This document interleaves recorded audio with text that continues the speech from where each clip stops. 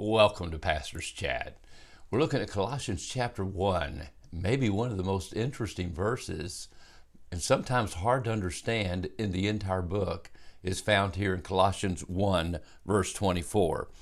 The Apostle Paul, after he has spoken about being a minister to all that he comes in contact with the gospel of Jesus Christ, being someone that God is working through to share the great message of redemption, reconciliation, the message of the good news of Jesus Christ that can reconcile all things in the universe, in the world, every creature, every person, everything, one day brought back to its original purpose of creation, honor, glorifying God in perfection.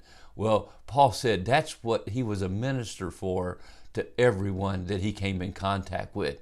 But he also realized it would not be an easy road.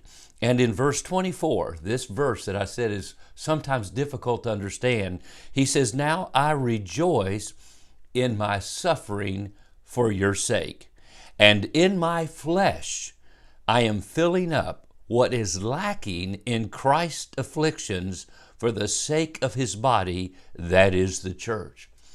Now, God sanctifies us the moment we get saved, as Paul's pointed out. The moment we come to Christ, we're set apart for his glory. And there is a calling of God that comes upon our life. Remember what Jesus said in Matthew chapter 5, verse 39? "But I say to you that you resist not evil, but whoever smites you on the right cheek, turn to him the other also."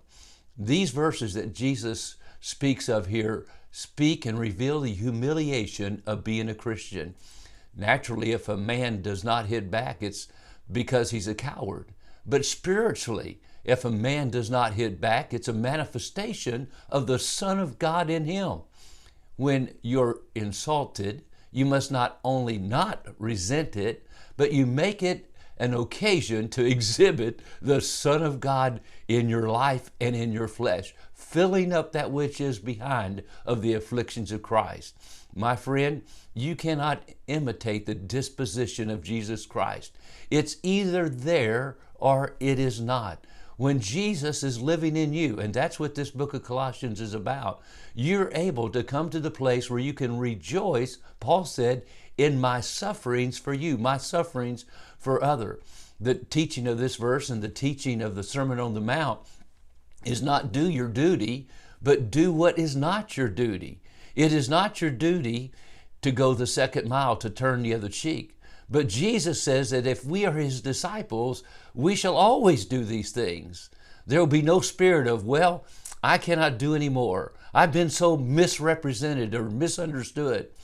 But my friend, every time we insist upon our own rights, we hurt the Son of God. We try to prevent Jesus from being hurt if we take the blow ourselves. But that means we are filling up that which is behind of the afflictions of Jesus Christ. We realize that it is the Lord's honor that is at stake, not our own lives, not our honor. Well, we never look for right in the other man, Oswald Chambers said, but we never cease to be right. If we're looking for justice, we should never find it, because the teaching on the Sermon on the Mount is never look for justice, but never cease to give it. You see, God uses other people sometimes to squeeze us, and that's not comfortable. We are suffering, but we are filling up that which is behind of the afflictions of Christ. Christ was afflicted for our sake. He suffered. He went to a cross and died because he loved the church.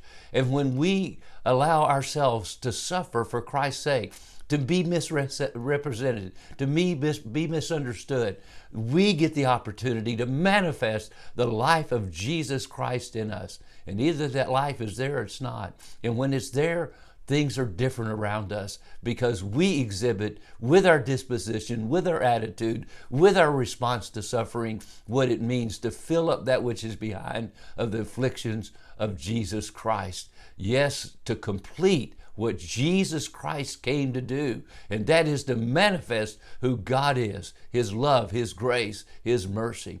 May God help us to do that today.